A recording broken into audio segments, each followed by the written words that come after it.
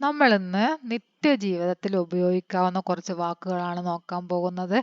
അതായത് എല്ലാവർക്കും അത്യാവശ്യം നമുക്ക് എപ്പോഴും പറയാൻ വേണ്ടി ആവശ്യമായിട്ടുള്ളത്. പഠിച്ചു, എഴുതി, കണ്ടു, കേട്ടു, വന്നു, നിന്നു, അല്ലെ, ഇരുന്നു, പോയി, അങ്ങനെയൊക്കെയുള്ള എന്താണ് നമുക്ക് എപ്പോഴും ആവശ്യമുള്ള വാക്കുകളാണ്. അപ്പൊ നമുക്ക് നോക്കാം അതെങ്ങനെയാണ് വരുന്നത് നോക്കാം. പട, പഠിച്ചു. എന്താണ് പട, പഠിച്ചു. എല്ലാവർക്കും പഠിക്കാം. പ്രായഭേദമന്യേ എല്ലാവർക്കും ആവശ്യമായിട്ടുള്ള വാക്കുകൾ മാത്രമാണ് പറയുന്നത്. ലിഖ, എഴുതി. ദേഖ, കണ്ടു. സുന, കേട്ടു. ബന, ഉണ്ടാക്കി. ഭക്ഷണം ഉണ്ടാക്കി എന്നൊക്കെ പറയുമ്പോഴല്ലേ ഭക്ഷണം ഉണ്ടാക്കി. അപ്പൊ എന്താ ബന, ഉണ്ടാക്കി. ആയ, വന്നു. വീട്ടിലേക്ക് ആരെങ്കിലും വന്നാല് നമ്മൾ ഇന്ന ആള് വന്നു എന്ന് പറയൂലേ, ആയ, വന്നു. ഗയ, പോയി.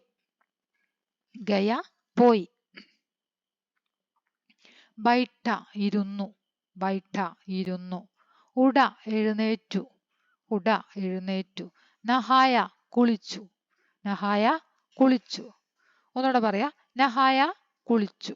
നഹായ, കുളിച്ചു. എന്താണ് നഹായ, കുളിച്ചു. ഉട, എഴുന്നേറ്റു. ഉട, എഴുന്നേറ്റു. ബൈഠ, ഇരുന്നു. ബൈഠ, ഇരുന്നു. ഗയ, പോയി. ഗയ, പോയി. ആയ, വന്നു. ആയ, വന്നു. ബന, ഉണ്ടാക്കി. സുന, കേട്ടു. ദേഖ, കണ്ടു. ദേഖ, കണ്ടു. ലിഖ, എഴുതി. അപ്പൊ എങ്ങനെയാണ് ഇത് വന്നത് എന്ന് നമുക്ക് നോക്കാം. അതായത് ലിഗ്ന എന്ന് പറഞ്ഞാൽ എഴുതുക. ലിഗ്ന, എഴുതുക. അതിലെ ക്രിയാധാതുവാണ് ലിഗ്. ലിഗ്. ലിഗ് എന്നത് ഗ എന്നത് ഹ്രസ്വത്തിലാണ് അവസാനിച്ചത് അല്ലെ. ഗ എന്നത് ഗ. അങ്ങനെ പറഞ്ഞു നോക്ക്. ഗ പറഞ്ഞു നോക്ക്. ഹ്രസ്വമായിട്ട് ദീർഘമായിട്ട് നീണ്ടു പോകുന്നില്ല. ഗ അങ്ങനെ നീണ്ടു പോകുന്നില്ല. ഗ അല്ലേ, ഹ്രസ്വമായിട്ടാണ്. അത് ഹ്രസ്വത്തിൽ അവസാനിച്ചത് കൊണ്ട് അതിനെ നമ്മൾ എങ്ങനെ എഴുതും? ലിഖ, എഴുതി എന്നർത്ഥം കിട്ടാൻ വേണ്ടിയിട്ട്. മനസ്സിലായോ? അതുപോലെ തന്നെ ദേഖ്ന, കാണുക. ദേഖ് അത് ഹ്രസ്വത്തിലാണ് അവസാനിച്ചത്. അപ്പൊ അതിനെ നമ്മൾ അതുപോലെ തന്നെ ആ എന്നുള്ള ചിഹ്നം കൊടുത്തു. ദേഖ, കണ്ടു. മനസ്സിലായില്ലേ? അങ്ങനെയെങ്കിൽ ദീർഘത്തിൽ അവസാനിക്കുന്നത് യാ എന്നാണ് വരിക. ഇതൊക്കെ ഹ്രസ്വത്തിലാണ് അവസാനിച്ചത്. ലിഗ്, ലിഖ, ദേഖ്, ദേഖ, സുൻ, സുന, ബൻ, ബന. പിന്നെന്താണ്? ബനായ അല്ലെ. ആയ, ആയ പറഞ്ഞ എന്താണ്? വന്നു. ആയ. ആ, ആന പറഞ്ഞാലാണ് വരുക.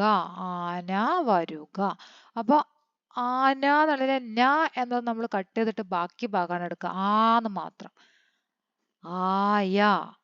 അതിന്റെ കൂടെ ആ എന്നുള്ള ദീർഘാണല്ലേ. ആ നീട്ടി പറയണുണ്ട്. അപ്പൊ നീട്ടി പറയുന്നതായതുകൊണ്ട് അതിനെ യാ എന്ന് ചേർത്തു. ആയ, വന്നു. ഗയ, പോയി. ബനാന പറഞ്ഞാൽ ഉണ്ടാക്കുക. ബനായ, ഉണ്ടാക്കി അല്ലേ. ബനാന പറഞ്ഞാൽ എന്താണ്? ഉണ്ടാക്കുക, നിർമ്മിക്കുക എന്നുള്ള അർത്ഥാണ്. ബനായ പറഞ്ഞാല് ഉണ്ടാക്കി. സുന, കേട്ടു. ദേഖ, കണ്ടു. ലിഖ, എഴുതി. പട, പഠിച്ചു. ഓക്കെ. അപ്പൊ എത്രയാണ്? നമുക്ക് ആകെ 10 വേർഡാണ് നമ്മൾ എഴുതിയിട്ടുള്ളത്. ഈ 10 വേർഡ് ഒന്ന് നോക്കുക. ഇതെല്ലാവർക്കും പഠിക്കാൻ പറ്റിയിട്ടുള്ളത് തന്നെയാണ്. വളരെ സിമ്പിൾ ആയിട്ടാണ് പറഞ്ഞിരിക്കുന്നത്. എല്ലാവരും ക്ലാസ് കണ്ടതിന് ശേഷം നിങ്ങൾ ലൈക്ക് ചെയ്യണം, ഷെയർ ചെയ്യണം, കമന്റ് ചെയ്യണം. ഓക്കെ.